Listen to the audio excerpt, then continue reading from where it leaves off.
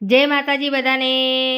તો આજે મેં બટેકાના પિત્તાના એકદમ ફૂલેલા અને તેલના રહે એવા ભજીયા બનાવ્યા છે।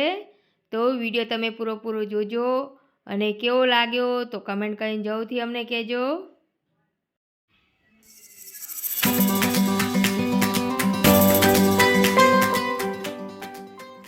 બટેકાના પિત્તાના ભજીયા બનાવવા માટે આપણે બટેકા લઈ લઈશું। બટેકાની છાલ ઉતારી દેવાની છે। તમારે જેટલા ભજીયા બનાવવા હોય એ પ્રમાણે તમારે બટેકાના પિત્તા પાડવાના છે।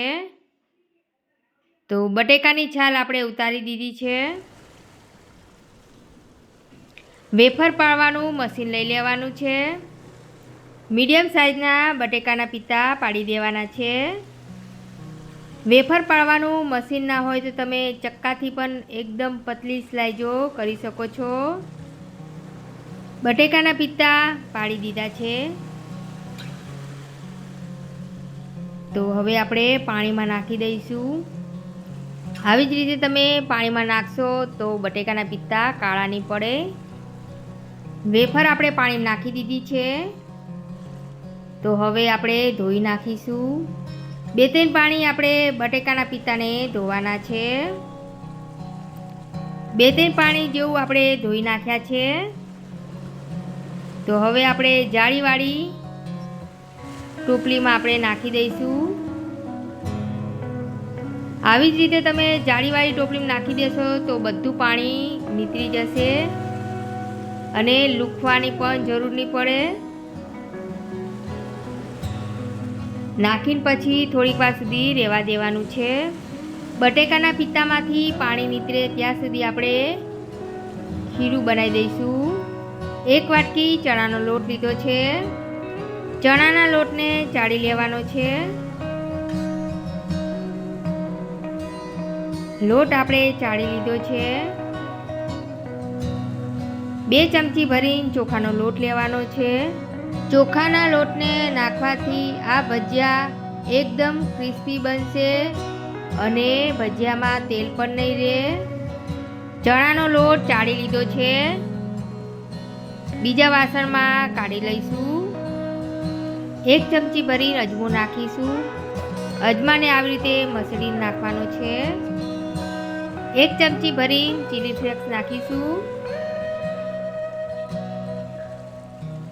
1 ચમચી ભરીને મીઠું નાખીશું। મીઠું આપણે સ્વાદ અનુસાર નાખવાનું છે। 1 ચમચી ભરીને હળદર। કોથમીર લઈ લેવાની છે।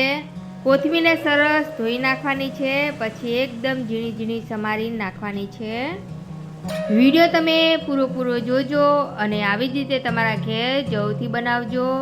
આ ભજીયા જેવા બજારમાં મળે તેવા જ બની તૈયાર થઈ જાય છે અને બજાર કરતાં પણ આ ભજીયા એકદમ હેલ્ધી અને ટેસ્ટી બની તૈયાર થઈ જાય છે। કોથમીર આપણે સમારી દીધી છે।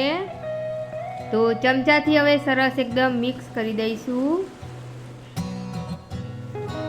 તો સરસ એકદમ મિક્સ થઈ ગયું છે। તો થોડુંક પાણી નાખીને આપણે બેટર બનાવવાનું છે। આ બેટર એકદમ પતલું પણ નહીં અને બહુ જાડું પણ નહીં એવું જ બનાવવાનું છે। થોડુંક પાણી નાખીને બેટર બનાવવાનું છે। વધારે પાણી નાખીને તમે બેટર બનાવશો તો એકદમ ગઠ્ઠા જેવું થઈ જશે અને બેટર એકદમ સરસ નહીં બને। તો થોડુંક પાણી નાખીને જ બેટર બનાવવાનું છે। બેટરમાં થોડુંક પાણી નાખવાનું છે અને મિક્સ કરી દઈશું। ભજીયા બનાવવાનું બેટર આપણે આવું જ રાખવાનું છે। બહુ પતલું પણ નહીં અને બહુ જાડું પણ નહીં। ઢાંકીને 10 મિનિટ સુધી રહેવા દઈશું। ગેસની સગડી ચાલુ કરી દઈશું અને કઢાઈ મૂકી દઈશું અને એમાં તેલ નાખીશું। 10 મિનિટ થઈ ગયા છે તો અડધી ચમચી હિંગ નાખીશું અને ગરમ તેલ નાખવાનું છે। બેટરને સરસ એકદમ મિક્સ કરી દેવાનું છે। આ ભજીયામાં ખારો કે મીઠો સોડા કે ઈનો નાખવાની કંઈ જરૂર નહીં પડે। એમનેમ જ તે આ ભજીયા એકદમ સરસ ફૂલેલા બનીને તૈયાર થઈ જશે। ભજીયાનું બેટર બનીને તૈયાર થઈ ગયું છે। તેલ ગરમ થઈ ગયું છે। તો ભજીયા બનાવવાનું ચાલુ કરી દઈશું. તેલ સરસ ગરમ થઈ જાય એટલે આંચ આપણે ધીમી કરી દેવાની છે. આવી જ રીતે ભજીયા બનાવવાના છે.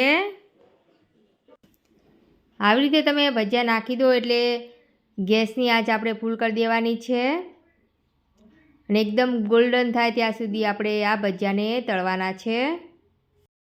ભજીયાને હવે આપણે પલટાઈ દઈશું.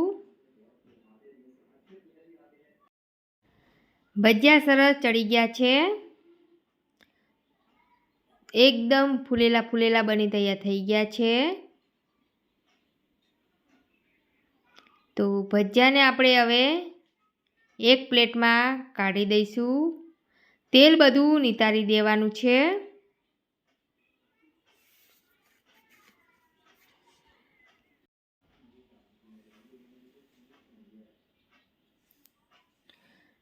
બીજી વાર પણ આપણે આવી જ રીતે ભજીયા બનાવી દઈશું. બધા ભજીયા આપણે આવી રીતે તળી લેવાના છે. ભજીયા બની તૈયાર થઈ ગયા છે. તો એક પ્લેટમાં ખાવા કાઢીશું.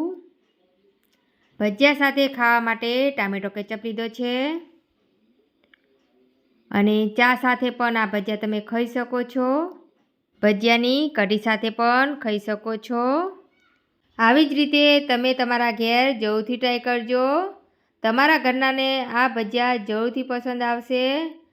તમને અમારો આ વિડીયો કેવો લાગ્યો તો કમેન્ટ કરીને જરૂરથી અમને કહેજો. નવા હોય તો સબસ્ક્રાઈબ કરજો અને શેર કરી દેજો. જય માતાજી બધાને.